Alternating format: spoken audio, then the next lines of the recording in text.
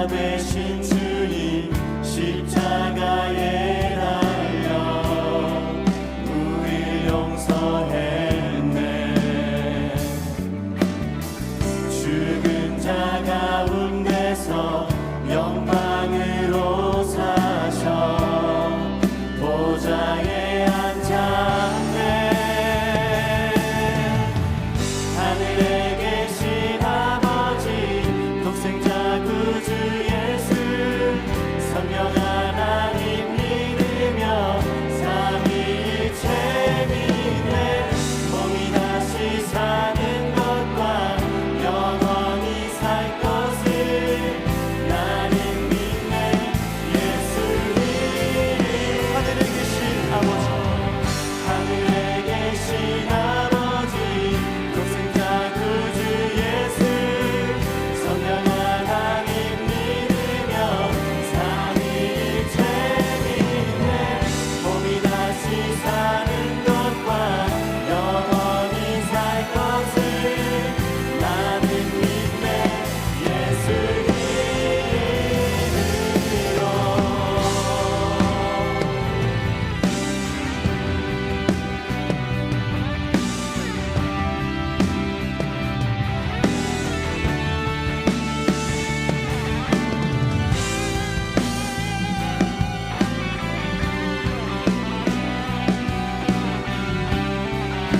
우리가 믿는 바를 선포하며 나아가십시다.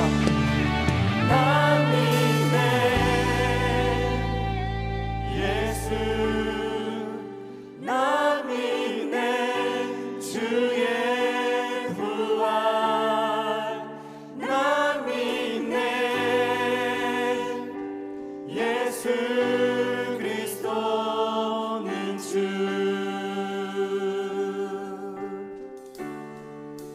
난 믿네. 예수 난 믿네. 주의 부활 난 믿네.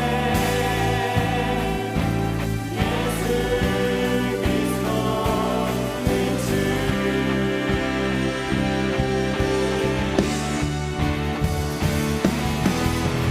하늘에 계신 아버지 독생자 구주 예수 성령 하나님 믿으며 삼위일체 믿네. 몸이 다시 사는 것과 영원히 살 것을 나는 믿네. 예수 이름으로. 나는 믿네. 영원한 삶 성령으로 있게 하신 주님의 거룩한 교회와 성도의 교제를 주님 다시 오시는 날 다시 사는 것을 나는 믿네. 예수 이름으로.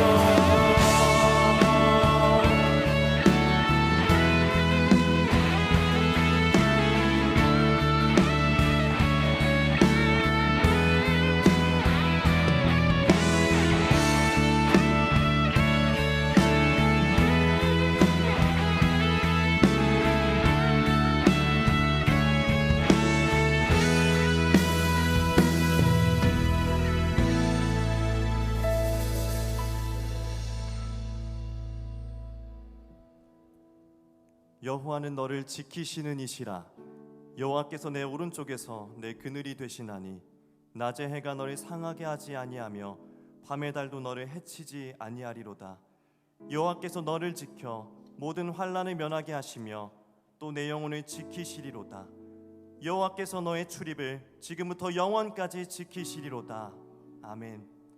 우리의 반석과 그늘이 되사 모든 환난에서 우리를 건지시는 하나님, 주님의 능력과 성실하심에 감사를 드립니다. 이 시간 영원한 그 사랑을 찬양하며 예배드리오니 주님만 영광 받아 주옵소서. 예수님의 이름으로 기도드립니다. 아멘. 나는 전능하신 아버지 하나님, 천지의 창조주를 믿습니다. 나는 그의 유일하신 아들 우리 주 예수 그리스도를 믿습니다. 그는 성령으로 잉태되어 동정녀 마리아에게서 나시고 본디오 빌라도에게 고난을 받아 십자가에 못 박혀 죽으시고 장사된 지 사흘 만에 죽은 자 가운데서 다시 살아나셨으며 하늘에 오르시어 전능하신 아버지 하나님 우편에 앉아 계시다가 거기로부터 살아있는 자와 죽은 자를 심판하러 오십니다. 나는 성령을 믿으며 거룩한 공교회와 성도의 교제와 죄를 용서받는 것과 몸의 부활과 영생을 믿습니다. 아멘.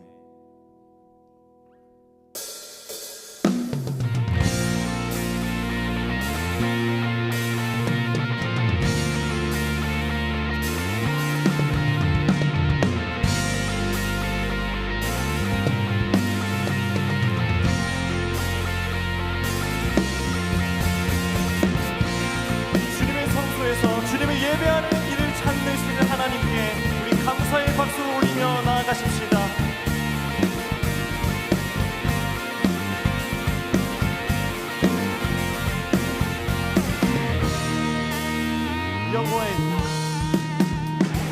여호와의 집으로 올라가 성문 안에 우리는 서리라. 주님이 허락한 이 땅 위에서 여호와를 찬양하여라.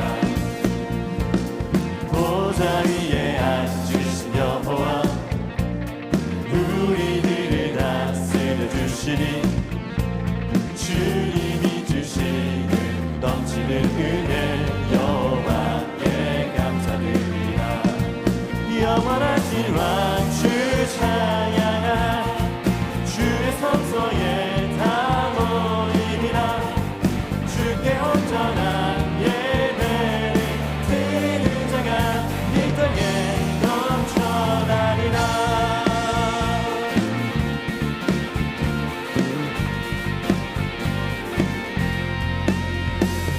여호와의 집으로 올라가 성문 안에 우린 서리라. 주님이 허락한 이 땅 위에서 여호와를 찬양하여라. 보좌 위에 앉으신 여호와 우리들을 다스려 주시니 주님이 주시는 넘치는 은혜 여호와께 감사드리라. 영원하신 왕주 찬양하라. 주의 성소에 다 모이리라. 주께 온전한 예배를 드리는 자가 이 땅에 넘쳐나리라. 영원하신 왕주 찬양하라. 주의 선하심 다 외치리라. 주를 높이며 주님의 크신 능력을 모두가 노래하리라.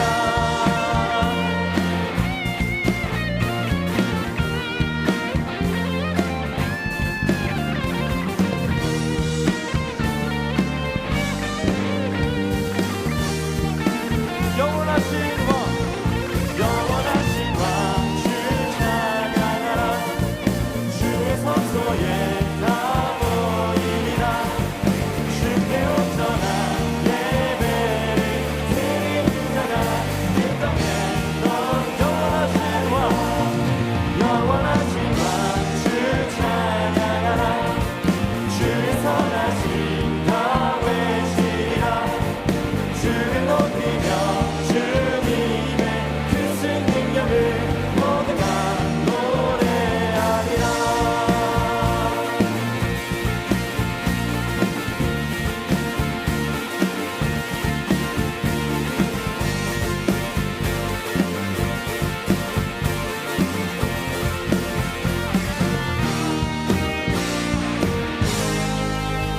할렐루야. 영원하신 하나님을 찬양합니다. 전능하신 하나님을 예배합니다. 우리 주님께 더 큰 감사와 영광의 박수 올려드립니다. 아멘.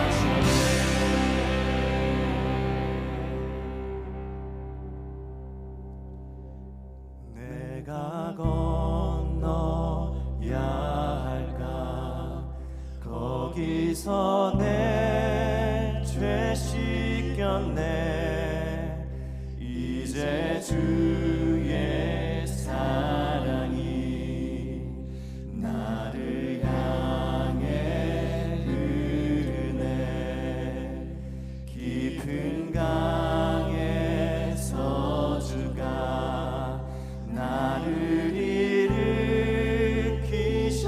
일으키셨도다 구원의 노래 부르리 예수 자유 주셨네 구원의 노래 부르리 예수 자유 주셨네 구원의 노래 부르리 예수 자유 주셨네.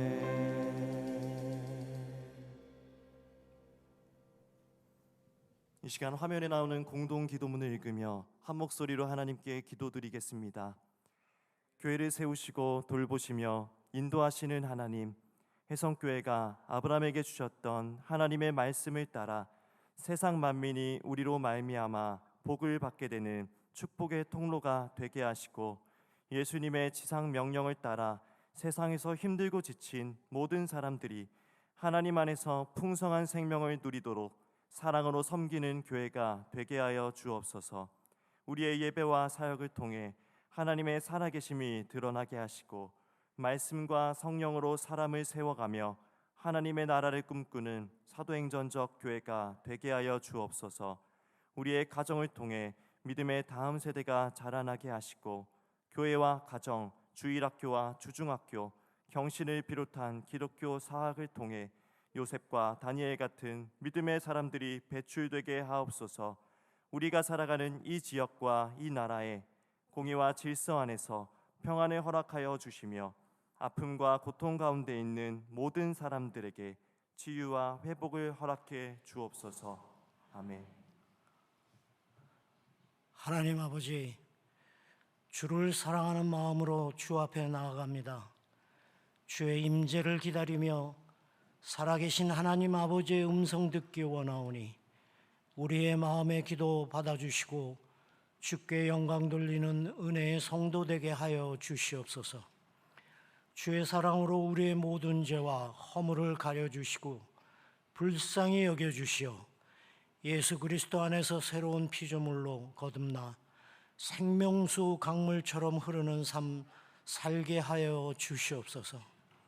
마음의 병과 육신의 병으로 고통당하고 있는 주의 백성들의 생명을 속량하여 주시고 온전한 치유와 회복의 삶 누리기를 원하는 소원을 이루어 주시옵소서.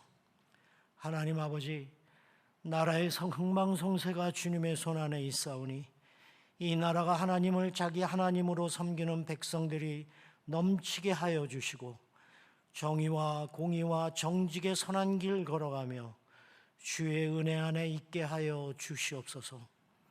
해성교회 위에 언더우드 기념관을 통해 하나님의 임재하심과 능력 행하심으로 주의 선하신 인도하심 안에서 이 세상에 주의 기치를 세우며 구원의 기쁨 마음껏 전하는 풍성한 은혜의 교회 되게 하여 주시옵소서.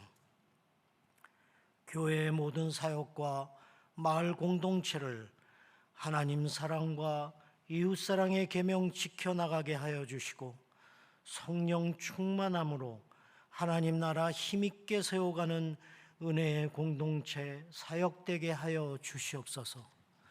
우리의 도움 되시고 소망 되시는 하나님 아버지, 다음 세대의 여름 사역 안에서 우리의 자녀들이 여호와를 경외하는 자들 되어 피난처 되시는 주님께 모든 것을 의뢰하는 주의 택하신 자들 되게 하여 주시옵소서. 세상에 나가 하나님 나라 세워나가는 주의 백성들 되게 하여 주시고 천대 이루는 복 누리게 하여 주시옵소서. 힘을 다해 쓰시는 교육자님들과 교사분들에게 주의 능력 임하게 하여 주시고 삶 속에서 충만한 은혜 누리며 복되게 살게 하여 주시옵소서. 파송 및 협력 선교사님들의 사역 위에 주께서 늘 동행하여 주시고 베푸시는 주의 능력과 권세로 모든 민족을 제자로 삼아가기에 부족함 없게 하여 주시옵소서.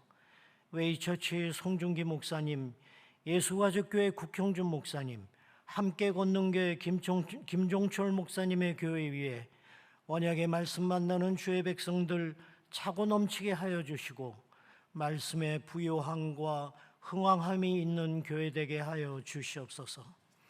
담임 목사님이 노회장으로 노회를 섬길 때 모든 것이 합력하여 선을 이루며 서로 사랑하는 하나님의 인도하심 있는 노회 되게 기쁨 누리게 하여 주시옵소서. 하나님 아버지, 이제 담임 목사님 나오셔서 주의 말씀 전해 주십니다. 우리의 귀와 마음을 열어 하나님 만나는 주의 말씀 되게 하여 주시고 우리의 전부가 되어 주시기를 원하시는 하나님 아버지의 사랑 풍성이 임하는 은혜의 시간 되게 하여 주시옵소서. 찬양팀의 찬양을 받아주시고 감사로 찬양을 드린 팀원들과 성도들에게 하늘의 충만한 복으로 채워 주시옵소서. 우리를 기뻐하시며 평안함과 형통함으로 이끄시는 우리의 하나님을 온전히 따르기를 원하오며 기도드리며 이 모든 말씀 거룩한 우리 주 예수 그리스도의 이름 받들어 간절히 기도드리옵나이다. 아멘.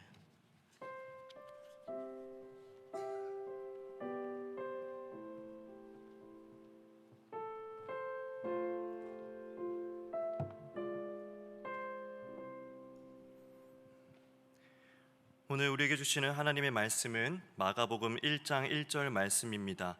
화면을 참고하시어 합독하시겠습니다. 하나님의 아들 예수 그리스도의 복음의 시작이라. 아멘.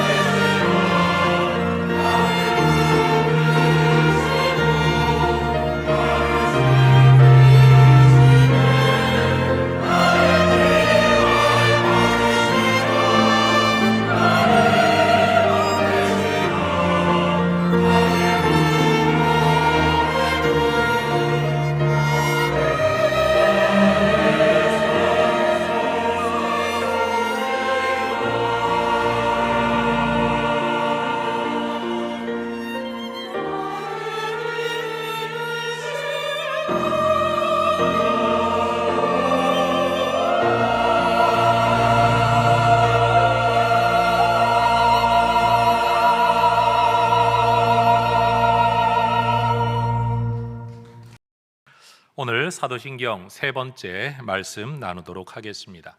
사도신경 12개의 문장으로 구성되어 있습니다. 첫 번째 고백은 성부 하나님에 대한 고백, 이어지는 6개의 고백은 성자 예수님에 대한 고백, 나머지 5개는 성령 하나님, 또 성령의 사역인 교회와 여러 가지 죽음 이후의 부활까지 고백되었습니다.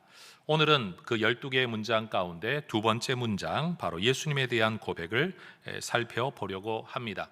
이 구절에 대한 옛 번역은 그 외아들 우리 주 예수 그리스도를 믿사오니 라고 번역되어졌고, 새로운 번역은 나는 그의 유일하신 아들 우리 주 예수 그리스도를 믿습니다 라고 번역했습니다.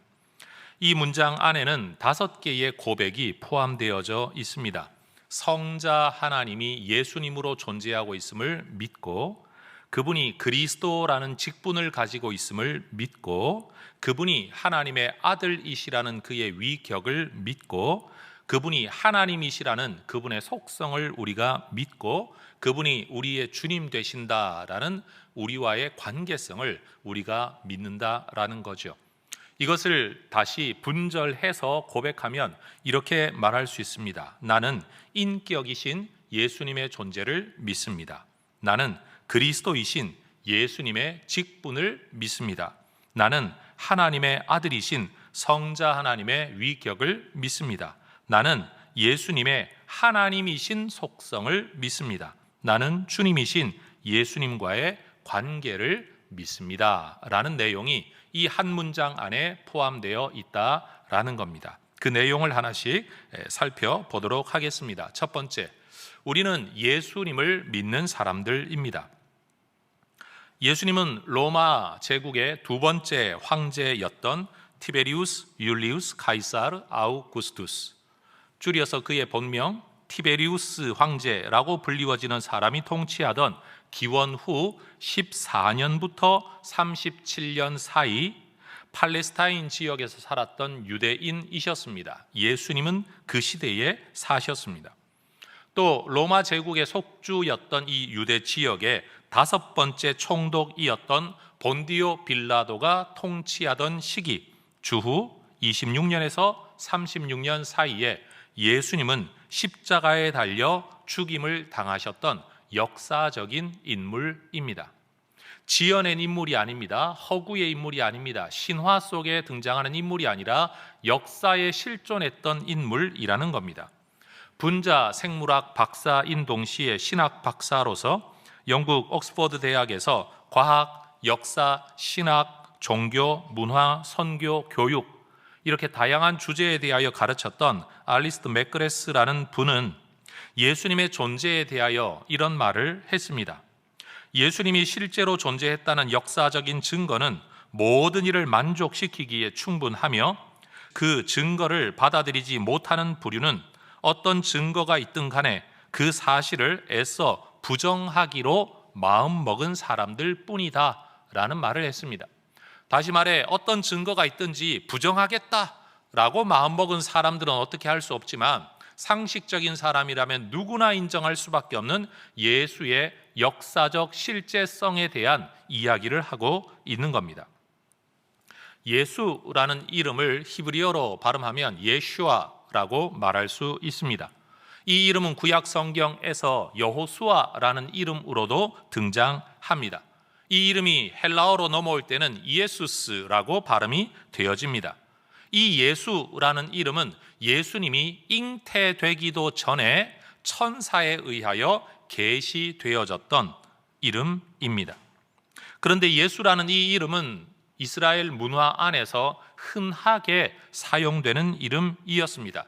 그래서 성경의 기록자들은 일반적인 예수라는 이름 외에 우리가 믿는 신앙의 대상이신 예수님을 특정하기 위해서 예수님이 사셨던 동네 나사렛을 항상 붙여 나사렛 예수라는 말로 우리가 믿는 예수님을 표현했습니다. 예수라는 이름의 일반적인 뜻은 하나님이 구원자이시다, 여호와는 구원자이시다라는 의미입니다. 또는 거기에 소망을 담으면 하나님이 구원하실 것이다 라는 의미를 담고 있습니다. 그런데 천사가 요셉에게 나타나 이 이름을 계시하고 명령할 때는 그저 하나님이 우리의 구원자가 되실 것이다 라는 소망의 의미를 담는 게 아니라, 다시 말해 구원의 주체가 하나님이시다라는 소망을 담는 게 아니라 이 아이가 구원자가 될 것이라는 의미로 이 이름을 계시했습니다. 여러분, 어떤 사람들이 말하는 것처럼 예수님은 태어나 살아가다가 보니 종교적 훈련과 깨달음 안에서 인류 구원의 필요성을 깨닫고 또는 내가 구세주가 되어야 되겠다라는 자의식이 생겨나 구세주 역할을 한 사람이 아닙니다. 하나님은 예수님이 잉태되기 전부터 예수라는 이름을 통해 이분이 누구인지, 이분이 어떤 일을 해야 될 분인지, 하나님께서 이 아들을 통해 어떤 일을 이루실 것인지를 이미 예언하시고 계시하셨습니다. 예수님은 하나님의 작정에 의해, 그리고 하나님의 예언에 따라, 그리고 하나님에 의해 이 땅에 보내어진 세상의 구원자이신 겁니다. 저는 다시 한번 강조하고 싶습니다. 흔히들 말하는 것처럼 예수가 어려서는 아이로 그냥 자랐는데 종교교육을 잘 받다가 보니까 신앙이 생겼고, 신앙 안에 세상 구원의 필요성을 느껴 그가 구원자로 내가 역할을 해야 되겠구나라는 뒤늦은 깨달음을 통해 구원자가 되신 분이 아니라는 사실입니다. 예수님은 자기 백성을 그들의 죄에서 구원하는 분이시고, 하나님은 예수님을 통해 자기 백성을 구원하십니다. 그래서 여러분, 그리스도인은 무엇을 믿는가라는 이 설교의 큰 주제 아래에 우린 이런 대답을 할 수 있습니다. 그리스도인은 1세기 이스라엘 땅에 한 인격으로 존재했던 예수라는 역사적인 인물을 구세주, 그리스도, 하나님의 아들 주님으로 믿는 사람들, 그들이 바로 그리스도인이라는 겁니다. 자, 이제 두 번째 주제입니다. 우리가 이 예수님을 믿는데 이 예수님을 우리는 그리스도라고 믿습니다. 히브리어로 메시아, 마시아흐라고 말하는 이 단어는 헬라어로 번역하면 크리스토스, 우리가 흔히 말하는 그리스도입니다. 이 두 개의 단어의 뜻은 기름 부음 받은 자라는 의미를 가지고 있습니다. 구약 성경과 역사를 보면 하나님께서 당신이 행하실 어떤 목적과 일을 위해 하나님이 직접 택하신 사람에게 이 사람이 내가 내 일을 위해, 내 목적을 위해 내가 택한 사람이라는 것을 세상에 알려주시기 위해 보여주신 방법이 기름 부음이라는 방법이었습니다. 이 방법을 통해 하나님은 내가 이 사람을 선택했다, 내가 어떤 일을 그에게 위임했다라는 의미를 담고 있는 거죠. 출애굽기 28장 41절을 보더라도 하나님은 모세에게 말씀을 하십니다. 기름 부음이라는 건 뭐냐? 하나님으로부터의 위임, 권위의 위임, 또 하나는 하나님의 특별한 선택, 거룩, 구별됨을 담고 있는 게 기름 부음이라는 겁니다. 여러분, 구약에서 기름 부음을 받는 직책은 세 가지 종류가 있었습니다. 첫 번째, 하나님의 대언자로서 사람들을 가르치는 선지자. 두 번째, 하나님과의 화해와 중재를 위해 일하는 제사장. 세 번째, 보호와 다스림이라는 하나님의 통치의 대행자로서의 왕. 다시 말하면 선지자, 제사장, 왕. 요 세 사람들이 하나님의 기름 부음을 받았습니다. 일명 그들은 그리스도들입니다. 그런데 이 직책, 이 세 가지 직책의 특징이 있는데 그거 뭐냐면 전부 다 하나님과 사람 사이의 연결, 중보자 역할을 한다라는 겁니다. 하나님의 뜻을 사람에게 전하여 하나님의 뜻대로 살게 하고, 하나님과 깨어진 인간 사이의 관계가 회복되어 하나님과 화목되게 하고, 하나님의 통치를 대신 실행하여 하나님의 뜻을 따라 살게 한다라는 점에서 이 세 종류의 그리스도들은 모두가 중보자였습니다. 그런데 역사상 이 기능을 완벽하게 수행한 사람이 없었고, 이 세 가지 기능을 한꺼번에 수행한 사람도 없었습니다. 그런데도 하나님께서는 구약에서부터 이런 직책을 미리 율법으로 명령하시고 사람들에게 이런 역할을 맡기신 것은 이들로 만족함이 아니라 이런 역할을 완벽하게 수행할 누군가가 올 것을 예언하기 위함이었는데, 성경 디모데전서 2장 5절을 보면 바울은 예수님이 바로 그 예언된 완전한 그리스도라고 우리에게 가르쳐 줍니다.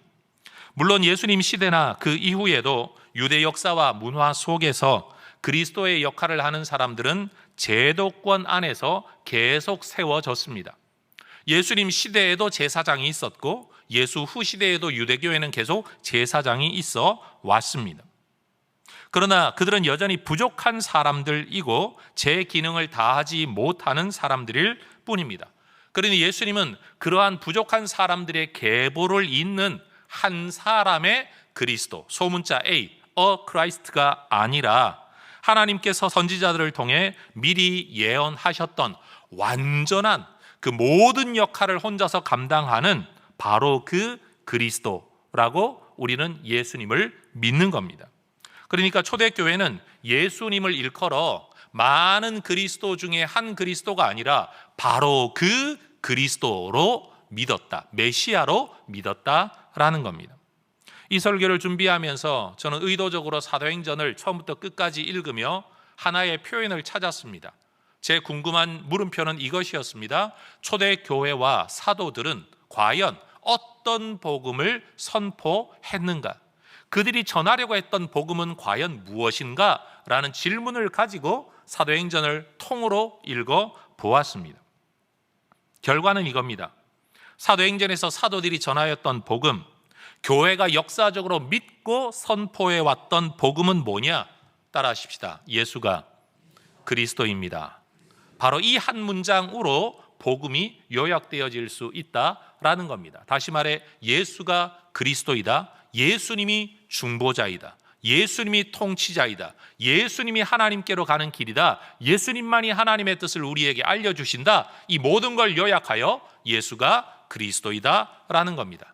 자, 이제 6개의 성경 구절을 여러분과 좀 읽어보기를 원합니다. 지루하다고 느끼지 마시고 초대교회 사도들이 전했던 복음의 핵심이 무엇인가가 여러분 안에 확실하게 자리 잡을 수 있기를 원합니다. 2장 36절입니다. 시작. 그런즉 이스라엘 온 집은 확실히 알지니 너희가 십자가에 못 박은 이 예수를 하나님이 주와 그리스도가 되게 하셨느니라. 5장 42절 그들이 날마다 성전에 있든지 집에 있든지 예수는 그리스도라고 가르치기와 전도하기를 그치지 아니하니라. 9장 22절 사울은 힘을 더 얻어 예수를 그리스도라 증언하여 다메섹에 사는 유대인들을 당혹하게 하니라. 17장 3절 뜻을 풀어 그리스도가 해를 받고 죽은 자 가운데서 다시 살아나야 할 것을 증언하고 이르되 내가 너희에게 전하는 이 예수가 곧 그리스도라.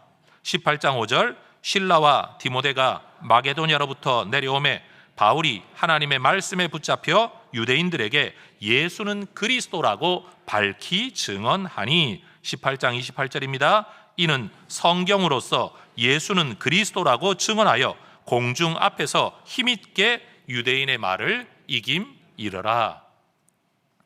여러분, 그리스도인은 무엇을 믿는 사람입니까? 그리스도인들은 예수님을 성경이 예언한 바로 그 메시아, 바로 그 그리스도라고 믿는 사람들입니다. 자, 이제 세 번째 주제입니다.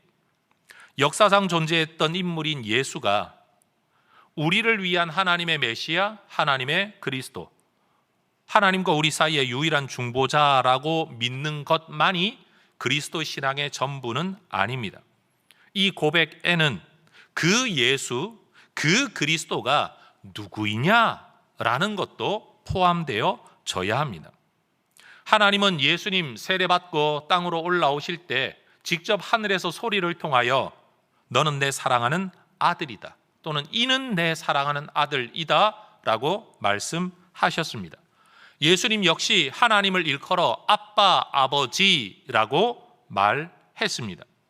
예수님은 하나님 아버지를 보여달라는 제자들에게 나를 본 자는 아버지를 보았다라고 말씀하셨습니다. 이러한 성경의 기록들을 통해 볼 때 우리가 알 수 있는 바는 우리를 위해 이 땅에 예수라는 인격으로 오신 하나님의 메시아 그리스도이신 그 예수님은 천사가 아니라, 아니면 평범한 인간이 아니라 그분은 하나님의 아들이다라는 것을 우리가 알 수 있습니다. 이 부분에서 반드시 언급하고 넘어가야 할 신학적 주제가 하나 있습니다. 여러분, 모든 피조물은 출생을 통해 존재가 시작됩니다. 그럼 예수님이 이 땅에 오셔서 인간으로 태어나심으로 성자 하나님의 존재가 시작되어졌느냐? 그것은 아닙니다.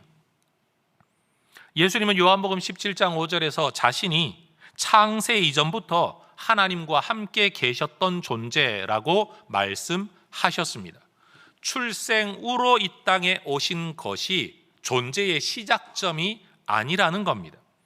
성자 하나님의 이러한 특성을 일컬어 신학적 용어로 선제, 앞선자에 있을 제자, 먼저 계셨다라는 선제하신 그리스도라는 표현을 우리는 사용합니다. 성자 하나님은 출생과 더불어 하나님의 아들이 되신 게 아닙니다.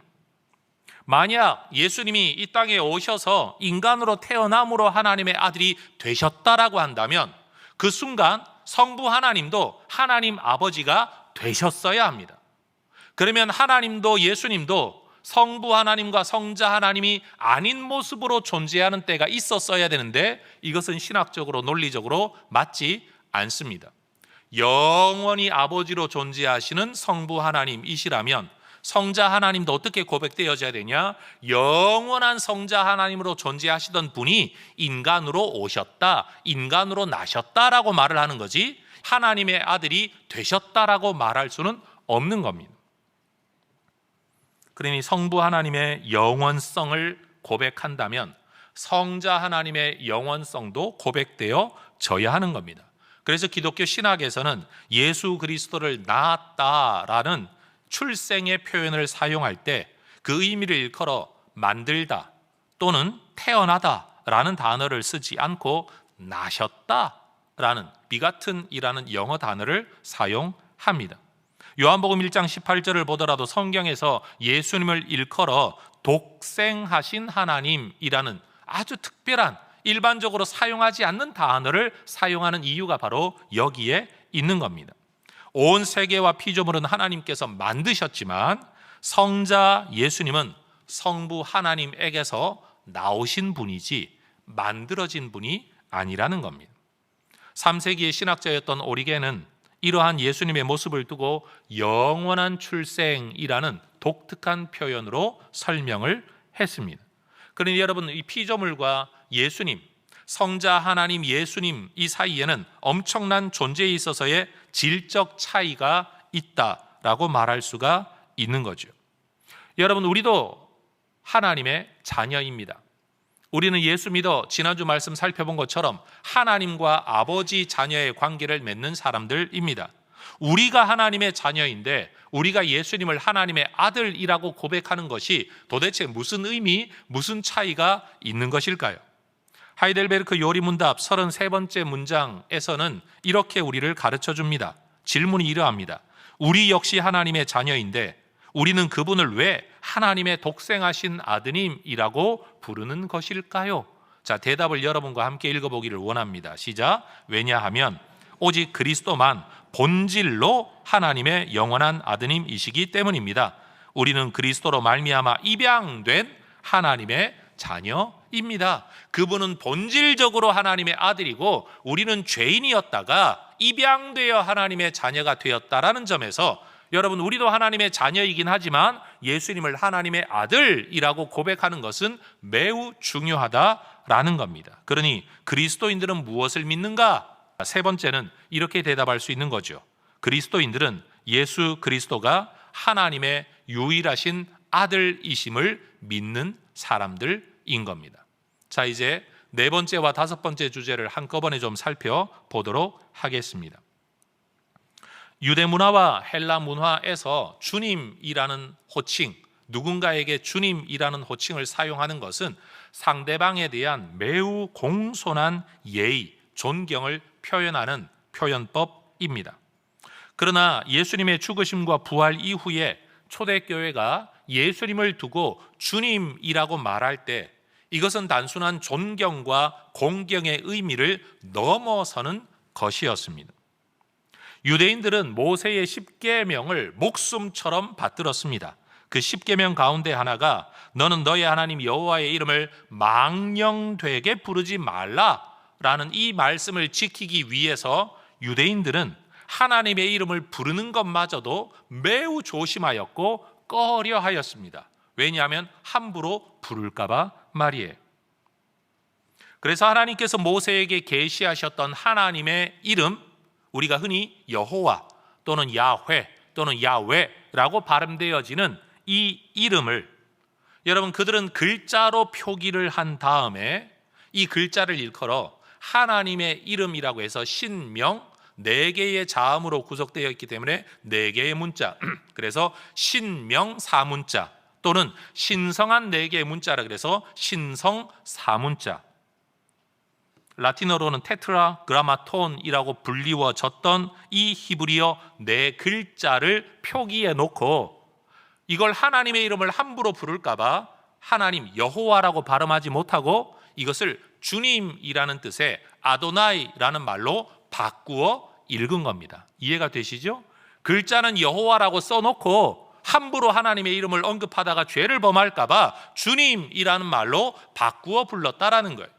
그리고 훗날 히브리어 성경이 헬라어로 번역되어질 때 하나님의 이름이 나올 때마다 사람들은 이것도 십계명을 범할까 봐 주님이라는 뜻의 퀴리오스라는 단어로 이 단어를 번역했습니다. 그러니 결국 성경 속에서 기독교 역사 문화 속에서 주님이라는 말은 어떻게 쓰여지는가 하면 곧 하나님이라는 의미로 불리워진 겁니다. 사람이 사람에게 주님이라고 말할 때는 존칭이지만 여러분, 사람이 누군가를 두고 하나님을 두고 주님이라고 부르는 건 이건 하나님에 대한 고백이 되었다라는 겁니다. 오순절 사건 후에 베드로가 대중 설교를 하면서 요엘서 2장의 말씀을 인용하여 누구든지 주의 이름을 부르는 자는 구원을 받을 것이다 라는 구절을 인용하면서 사도행전 2장에 보면 베드로는 이 주의 이름을 부르면 구원받는다는 이 주님의 표현을 예수님에게 적용합니다. 다시 말하면 그들은 부활하신 예수님이 하나님이다 라는 것을 고백하고 가르쳤다라는 겁니다.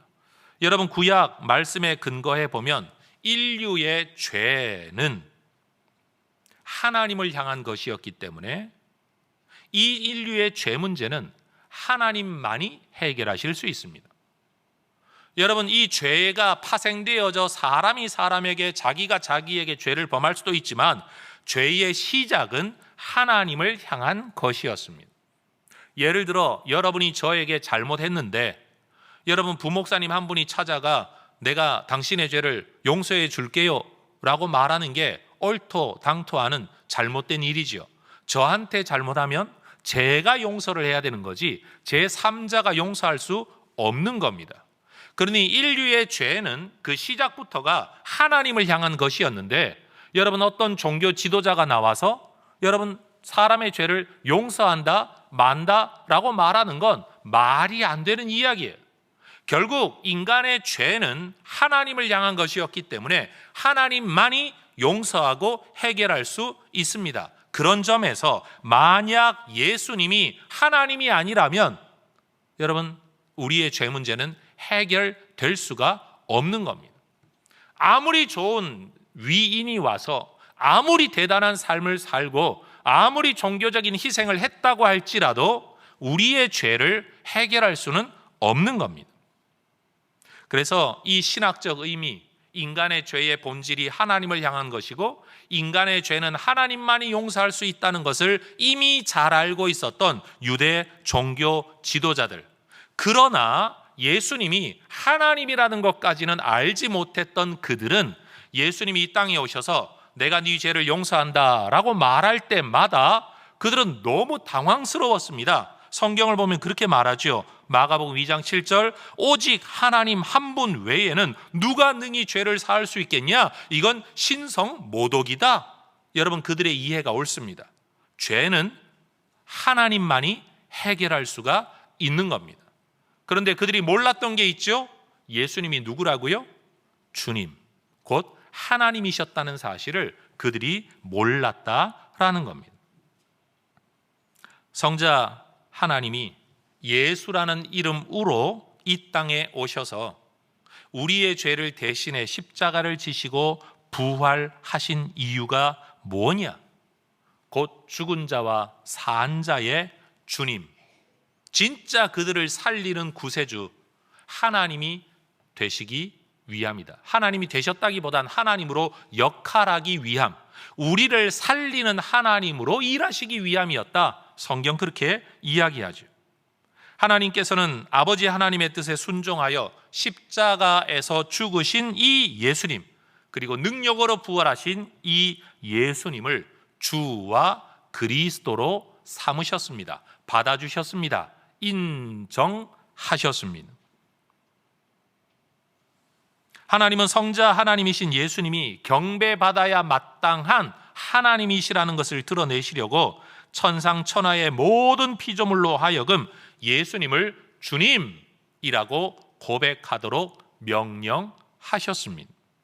그러니 여러분, 그리스도인은 그리스도 예수를 주님, 하나님으로 받은 사람들입니다. 예수님은 하늘과 땅의 모든 권세를 가진 하나님의 아들, 곧 주님, 곧 하나님이십니다. 그리스도인은 예수님을 주님으로 믿고 고백함으로 우리가 죄로부터 구원받는다라는 것을 믿는 사람들. 여러분, 그런 사람들이 바로 그리스도인입니다. 하나님께서 약속하고 보내신 유일한 구세주 그리스도, 주님이신 그리스도 예수 외에는 구원의 길이 없습니다. 여러분, 현상적으로 세상에는 참 많은 종교가 있습니다. 그들 나름대로 천국을 이야기할 수 있고 구원을 이야기할 수 있습니다만 사람의 죄 문제를 해결할 길은 아무에게도 없습니다. 하나님만이 죄를 해결하고 용서할 수 있습니다. 그런데 그 하나님이 누구시라고요? 예수님뿐이라는 사실입니다.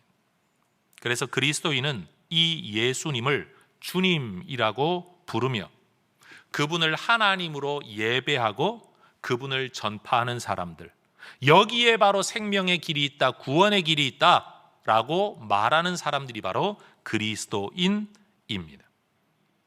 그러니 여러분,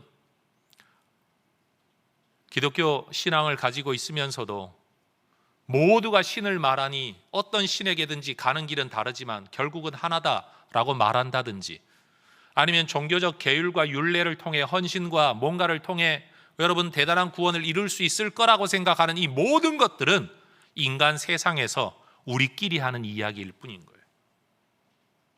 여러분, 죄인과 죄인이 마주 앉아 내가 너 죄 없다고 해줄게 라고 말한다고 죄가 없어지는 게 아니라는 겁니다.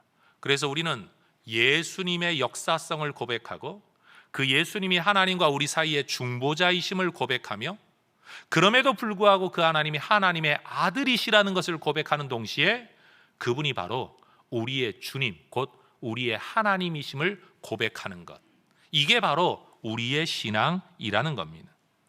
여러분, 이런 깨달음을 얻고 나면 예수님의 출생 이전부터 주어졌던 예수님의 이름, 성탄절만 되면 우리가 읽어대는 본문 속에 나타난 천사의 계시가 이런 내용을 진즉부터 담고 있었구나라는 것을 뒤늦게 깨닫게 되는 겁니다.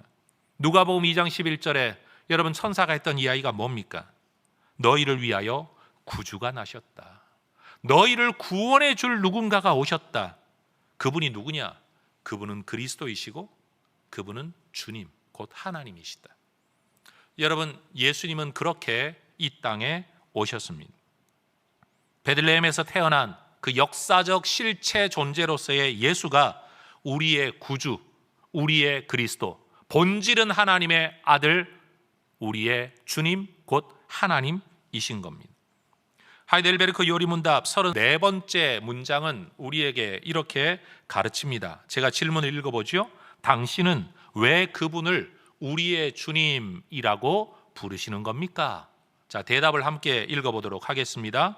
왜냐하면 그분이 금이나 은이 아니라 그분의 보혈로서 우리의 몸과 영혼을 우리의 모든 죄로부터 구속하셨고 우리를 마귀의 모든 권세에서 해방하여 주님의 것으로 삼으셨기 때문입니다. 이런 이유 때문에 우리는 예수님을 우리의 주님이라고 고백하는 거죠. 여러분, 그리스도인들은 무엇을 믿는 사람들입니까? 하나님의 아들 예수 그리스도를 하나님과 주님으로 믿고 경배하는 사람들. 여러분, 이들이 바로 그리스도인인 겁니다. 하나님께서 자기 백성을 저희들의 죄에서 구원하기 위해 구원자를 보내셨다는 사실에서 여러분, 인간이 죄 가운데 있다는 사실을 알게 됩니다. 그리고 누군가가 우리에게 와야만 우리가 구원을 받을 수 있다는 사실 앞에서 우리 힘으로는 구원을 받을 수 없는 존재라는 사실도 우리가 알게 됩니다. 그리고 하나님이 우리에게 보내주신 예수님만이 구세주라는 것도 우리는 알게 됩니다. 영원하고 전능하신 하나님께서 인류의 구원자로서 예수님을 보내셨다는 사실에서 이 하나님은 절대 실패하지 않는 영원한 하나님이라는 점에서 하나님이 보낸 구원자가 실패할 수 없기 때문에 여러분, 하나님은 또 다른 구원자가 필요하지 않습니다. 하나님이 보내신 예수 그리스도가 완전한 구원을 이룰 수 없다면 또 다른 구원자를 보내야 마땅하겠지만, 또 다른 구원자를 보낸다면 그 하나님은 완전한 하나님일 수가 없는 겁니다. 그러니 여러분, 예수님 안에 유일한 구원의 길이 있습니다. 하나님은 예수님을 통하여 우리의 구원을 이루십니다. 벨기에 신앙 고백서, 우리가 벨직 컨페션이라고 말을 하는 이 고백문 제10조에는 이런 예수님에 대한 고백이 나옵니다. 저와 여러분의 고백이 되어야 될 줄로 압니다. 함께 읽어 보겠습니다. 우리는 예수 그리스도께서 그의 신성에 따라 하나님의 독생하신 아들이시요 영원부터 나셨으며 만들어지지 않으셨을 뿐 아니라 창조되지도 않으셨고 성부와 동일한 본질이시고 동등하게 영원하시며 하나님의 영광을 반영하시고 그 본성의 참된 속성을 나타내시며 모든 것에 있어서 성부와 동등하신 분이심을 믿습니다. 그가 하나님의 아들이심은 그가 우리의 본성을 취하실 때부터가 아니라 영원부터 하나님의 아들이시다. 우리는 예수님에 대하여 이런 고백을 하고 있습니다. 역사신학자인 동시에 조직신학자인 제임스 패커라는 박사님이 우리에게 이런 말을 했습니다. 우리가 성부 하나님을 천지의 창조주라고 고백하는 그 순간 우리가 가지고 있는 신개념, 우리가 가지고 있는 신앙은 불교나 힌두교에서 말하는 신앙과는 완전히 다르다는 것이 드러난다라고 말을 했습니다. 그렇습니다. 왜요? 그들은 시작도 없고 끝도 없고 모든 것들은 돌고 윤회한다라고 말을 하니, 그런데 우리는 시작이 있고 끝이 있는 창조주 하나님이라는 이 고백 하나 안에서 이미 우리의 신앙은 불교도 다르고 힌두교와도 다르다라는 것이 드러난다는 거죠. 그리고 그분은 또 말을 합니다. 우리가 예수님을 하나님의 아들 그리스도 주님이라고 고백하는 그 순간 우리가 가지고 있는 신앙은 유대교하고도 다르고 이슬람교하고도 다르다는 것이 드러난다라는 거예요. 왜요? 이슬람교에서는 예수님을 하나님의 아들이라고 고백하지 않고 선지자 정도로 격하시키기 때문인 거죠. 유대교는요, 예수를 역시 하나님의 아들로 인정하지 않고 주님 하나님으로 인정하지 않기 때문입니다. 그러니 우리가 고백하고 있는 이 짧은 신앙 고백의 문장, 사도신경의 문장 몇 줄로서 여러분, 우리는 정말 세상에 존재하는 다른 종교와는 완전히 다른 차원의 신앙을 가지고 있다는 것이 여기에 담겨 있다라는 거예요. 그런데도 여러분, 우리가 이 신앙의 고백을 허술하게 아무렇게나 생각 없이 주문 외우듯이 그렇게 외운다는 건 말이 안 되는 이야기인 거죠. 오늘날 우리 기독교인들의 착각 가운데 하나는 우리는 신학은 올바른데 실천이 좀 부족할 뿐이야 라는 평가입니다. 우리의 실체가 뭔가 하면 신학은 올바른데 실천이 부족한 게 아니라 사실은 잘못된 신학 때문에 잘못된 삶을 살아가고 있다라는 겁니다. 하나님은 믿습니다라고 말을 하면서 그러나 예수가 하나님이라는 것, 예수가 그리스도라는 건 못 믿겠습니다 라고 말을 한다면 그 사람은 구원을 받을 수가 없습니다. 왜냐하면 예수가 그리스도요 구세주 하나님이라는 걸 못 믿으면 죄 문제가 해결이 되지 않기 때문에 죄 문제가 해결되지 않은 사람이 하나님을 인정한다는 한 가지 이유로 구원을 받을 수는 없는 겁니다. 죄 문제가 해결되어져야만 구원을 받을 수 있기 때문입니다. 그러니 여러분, 우리 주변에 나도 하나님 믿어요, 하나님 믿어요 라고 말을 하면 아이고 우리는 같은 하나님을 믿네요 라고 생각하고 있다면 여러분, 그거 지금 큰 착각하고 있는 겁니다. 우리는 성부 하나님을 창조주로 믿는 동시에 성자 하나님, 예수 그리스도 주님, 구세주 하나님의 아들, 여러분 이것도 믿어야 같은 신앙을 가지고 있다라는 겁니다. 또는 어떤 사람들은 예수를 그리스도라고는 믿지만, 중보자라고는 믿지만 하나님 곧 주님이라고는 믿지 못하는 사람들이 있는 것 같습니다. 말로는 예수님을 일컬어 주님이라고 말을 하고는 있지만 여러분 정작 자기 삶에 들어가 보면 예수님이 내 주님 곧 내 하나님이시기 때문에 그 하나님의 뜻을 받들어 살고 하나님의 뜻에 순종하며 살려는 열정이 없고 마음이 없다면 그는 입으로만 고백하고 있는 사람이지 실제 예수를 주님으로 모신 사람이 아니라고 말할 수밖에 없는 겁니다. 그러니 여러분, 우리의 신앙이 우리의 삶을 결정짓습니다. 우리의 고백이 우리의 삶을 결정지어야 이게 올바른 고백인 겁니다.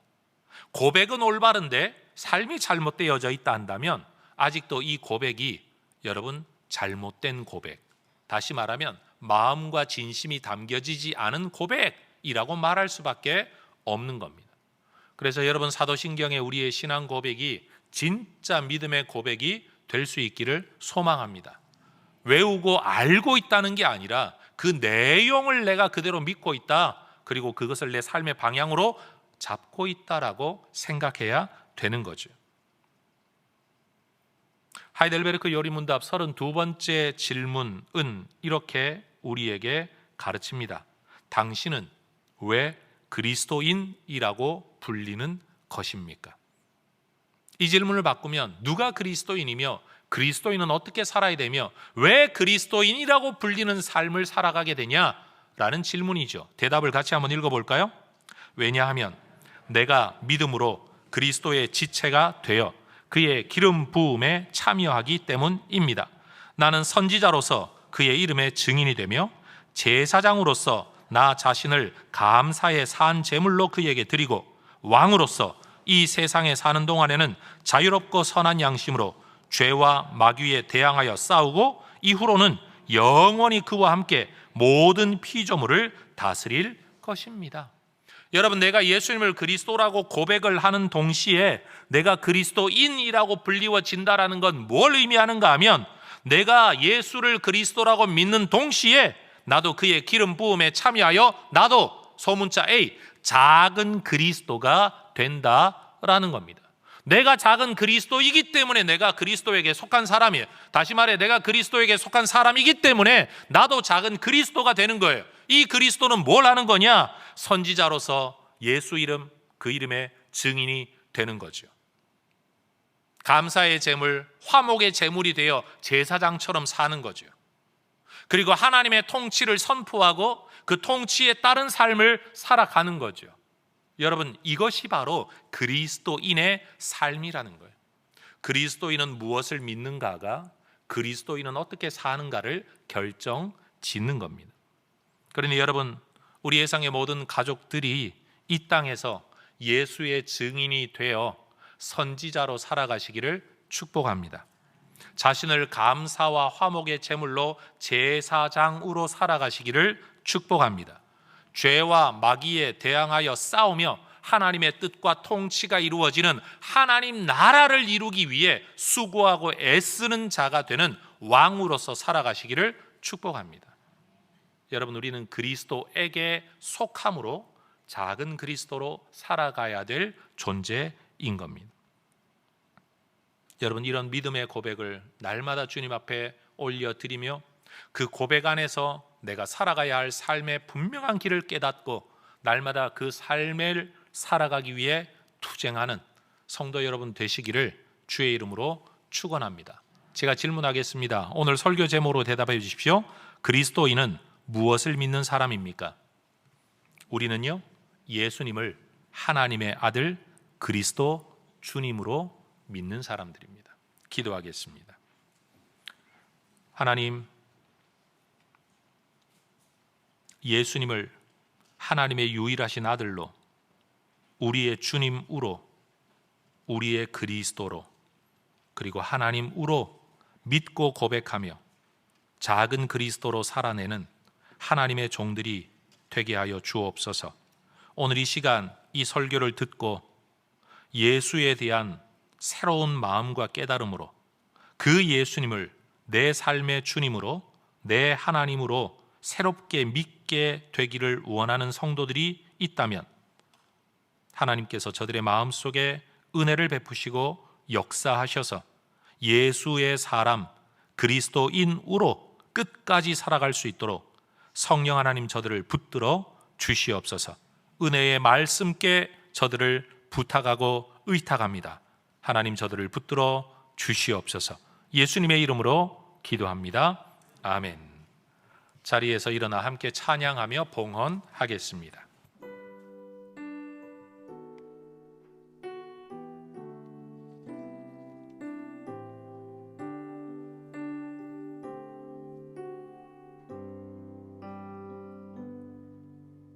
지존하신 주님 이름 앞에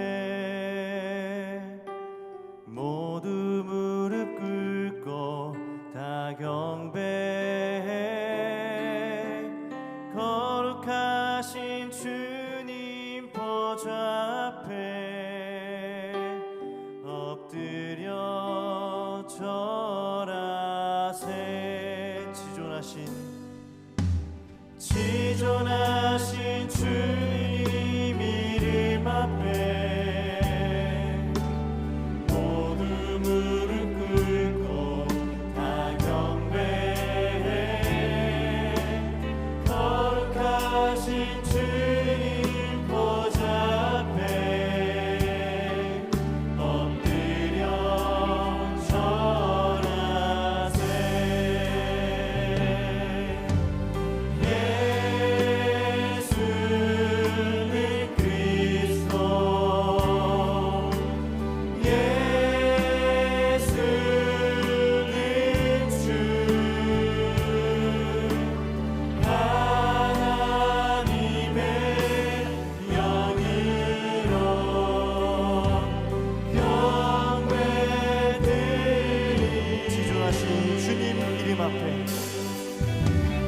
지존하신 주님 이름 앞에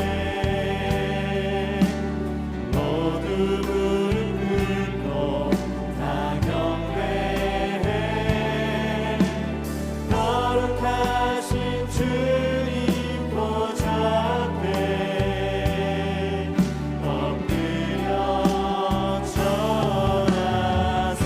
고백합니다. 예수는 그리스도.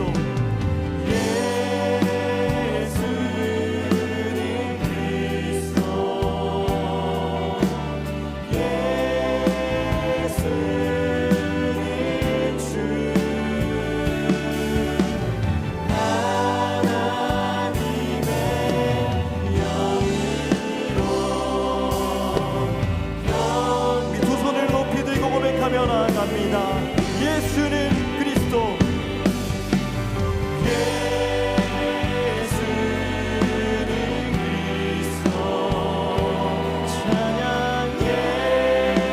예수는 주. 하나님의 영으로. 우리 마지막으로 고백할 때에 우리의 목소리로만 고백하기 원합니다. 예수는 그리스도. 예수는 그리스도.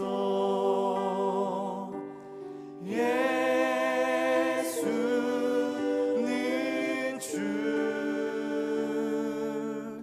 하나님의 영으로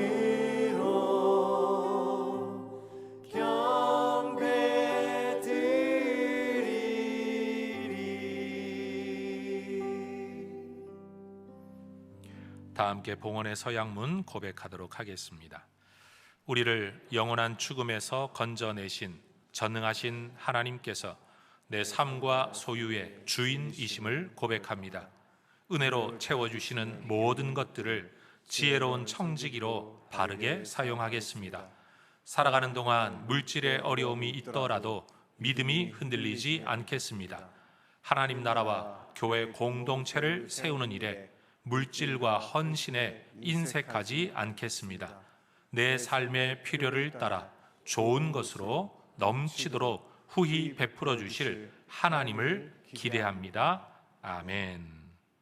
하나님, 주께서 우리의 구세주 그리스도 되심, 구원자 되심에 감사하며 예배하고 예물 올려 드립니다. 받은 은혜와 구원 늘 감사해하며 하나님 앞에 예물과 헌신을 아까워하지 않는 주의 종들이 되게 하옵소서. 그 그리스도가 우리의 주님이요 하나님이심을 또한 고백합니다.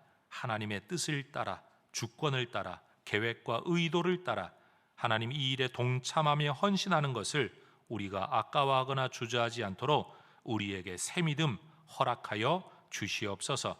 온 교회 공동체가 이 하나의 믿음에 동참하는 한 공동체, 그리스도 믿음 공동체 되게 하셨사오니 이 믿음의 고백, 사도신경의 고백을 올려 드릴 때마다 생각 없이 외우는 자들이 아니라 우리의 고백을 날마다 새롭게, 삶의 방향을 날마다 새롭게 다짐하는 은혜의 종들 되게 하옵소서. 우리의 성교회가 이 시대 가운데 하나의 종교 공동체 또는 종교 기관으로만 전락하지 않게 하시고 하나님 예수의 그리스도 되심을 날마다 분명하게 확실하게 선포하고 예배하는 아름다운 전도와 예배의 공동체가 되게 하여 주옵소서. 그저 마음의 위안을 얻기 위해 모여드는 성도들이 아니라 예수 안에 생명 있음을 하나님 믿고 예배하고 그 소식을 증거하기 위해 열정으로 살아내는 아름다운 해성 공동체 되도록 은혜 베풀어 주시옵소서. 예수님의 이름으로 기도합니다. 아멘. 하나님의 아들이시여 우리의 그리스도이시여 주님이시며 하나님이신 우리 주 예수 그리스도의 은혜와 아들 안에서 유일한 구원의 길을 허락하시고 하늘의 모든 은혜를 우리에게 베풀어 주시는 아버지 하나님의 사랑하심과 아버지와 아들에 의해 우리에게 보냄받아 우리의 보혜사, 상담자, 인도자, 능력의 근원 되신 성령 하나님의 다양하고 놀라운 일하심이 오늘 예수님에 대한 분명한 고백을 다시 되새기며 우리 하나님 앞에 예배하는 우리 모든 애성 가족들과 주의 종들 위에 이제와 영원토록 함께 있을지어다. 아멘.